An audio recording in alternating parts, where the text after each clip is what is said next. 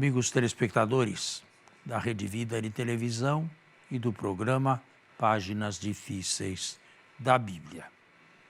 Mais uma vez, com cada um e com todos, prestando um serviço que a mim me foi prestado por outros e que agora, com o mesmo zelo, com o mesmo fervor, com a mesma convicção, transmito aos telespectadores. Bom dia. Bom dia, Padre Fernando. Bom dia a você que semanalmente nos acompanha aqui através do nosso encontro bíblico, teológico, catequético.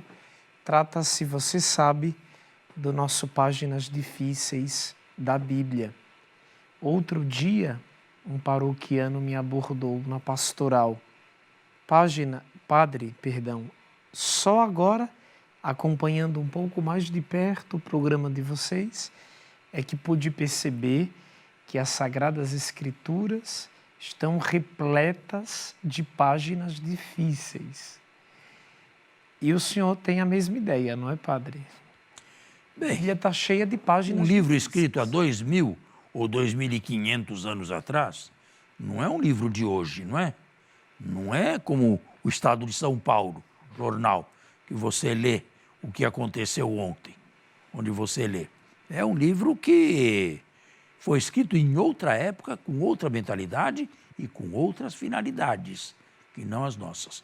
Nós somos pobres, porque imaginamos que só o que é histórico tem sentido, ou faz sentido.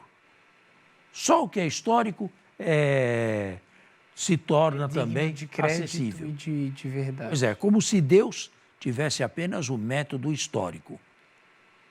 Meus caros, esse método histórico é bem recente.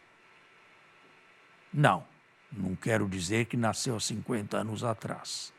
Há mais anos, há alguns séculos, mas não vamos muito além da Idade Média. História para nós significa uma coisa. E história para os que escreveram este texto ou lhe deram a última forma na qual ele se encontra, era uma outra coisa. Eu já disse e repito, primariamente, principalmente, não havia condições mínimas de se ter uma visão histórica como nós temos hoje. Mas isto aqui não é uma perda para eles e um ganho para nós.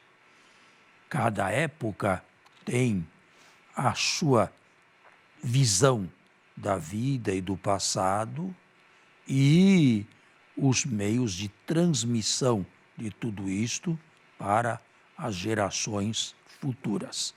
Não sei se me fiz entender, Claro. Mas ainda falando nesta perspectiva, padre, quando visitamos o drama ou a também chamada História de José, dos capítulos 37 ao 50 do primeiro livro da Bíblia, o Gênesis, também nós encontramos passagens nebulosas, difíceis. Inclusive, no primeiro programa sobre esta temática, nós falamos um pouquinho do início do drama, de como muito provavelmente foi gerado e gestado o drama. Agora eu acho que a gente pode levar ao telespectador a desenvoltura e, sobretudo, a conclusão do drama, porque uma das perguntas que todo mundo faz ao chegar na história de José é: por que ela foi colocada aqui?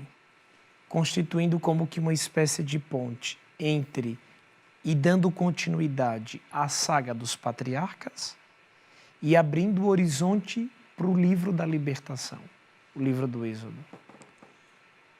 Nós temos que começar de trás para diante, não de diante para trás.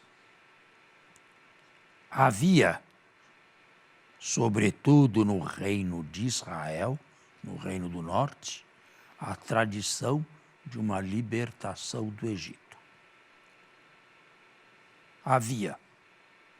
sobretudo no Reino do Norte. Toda essa história de José se passa do Egito ao Reino do Norte e do Reino do Norte ao Egito.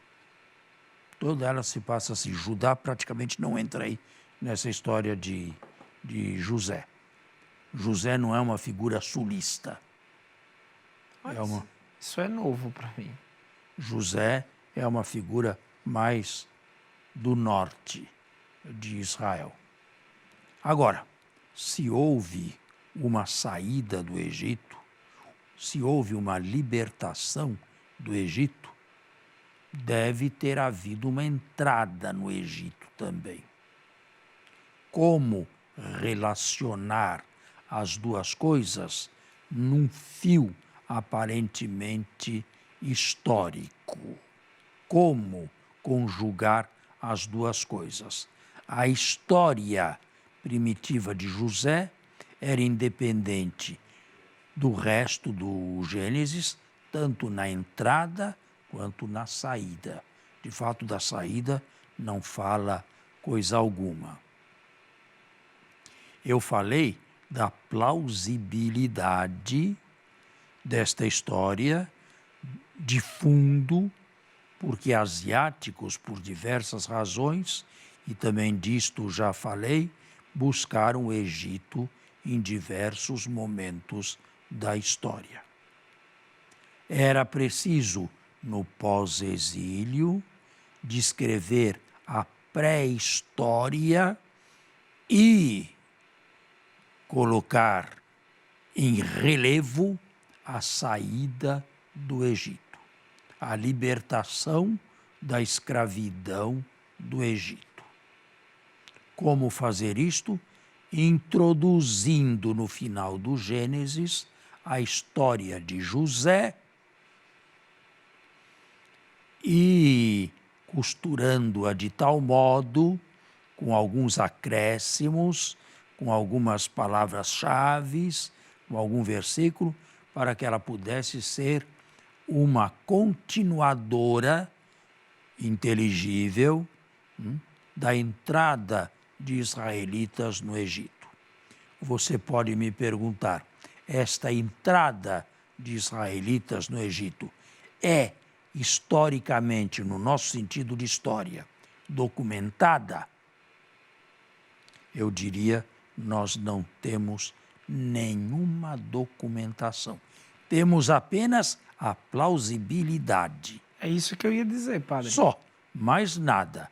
Durante séculos, o Egito foi uma terra cobiçada na Palestina por causa da abundância da água e, sobretudo, a fertilidade que provém da água. A água é indispensável para a vida. Sem água, não há vida em qualquer lugar do mundo. Ô padre, mas quando se olha esses pontos, concretamente falando, somado à verdade de que o próprio território israelita era um lugar de passagem, uma estrada, um caminho, e que não tinha tantas abundâncias naturais... Não era uma estrada, era um local. Mas por ali muitos passavam. Bom, mas não os judeus, que ali se fixaram. Não, ali se fixaram, tudo bem. Mas Israel nunca foi favorecido com uma fértil paisagem. Somado a tudo que o senhor acabou de nos falar, não é humano e até verídico intuir que, num dado momento, naturalmente, eles seriam levados para uma região mais fértil? Tudo o que você falou poderia ser verdade. O problema é provar.